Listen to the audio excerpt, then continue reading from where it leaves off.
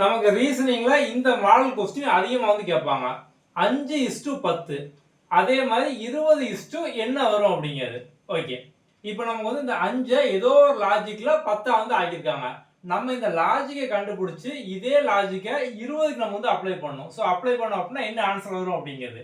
இப்போ நம்ம எல்லாருக்குமே பார்த்தோம் என்ன தோணும், 5 இன்டூ 2 பண்ணாங்க அப்படின்னா 10. இந்த லாஜிக்கை நம்ம வந்து முதல்ல வந்து தோணும்.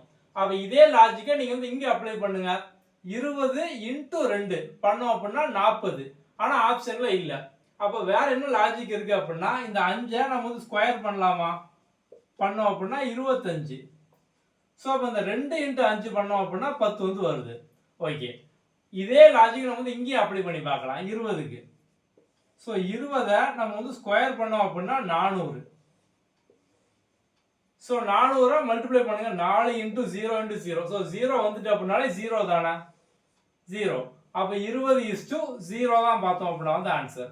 ஸோ அப்போ நீங்கள் வந்து லாஜிக்கை பொறுத்த வரைக்கும் பார்த்தோம் அப்படின்னா வந்து ஆப்ஷனை பேஸ் பண்ணி தான் வந்து கண்டுபிடிக்கணும்.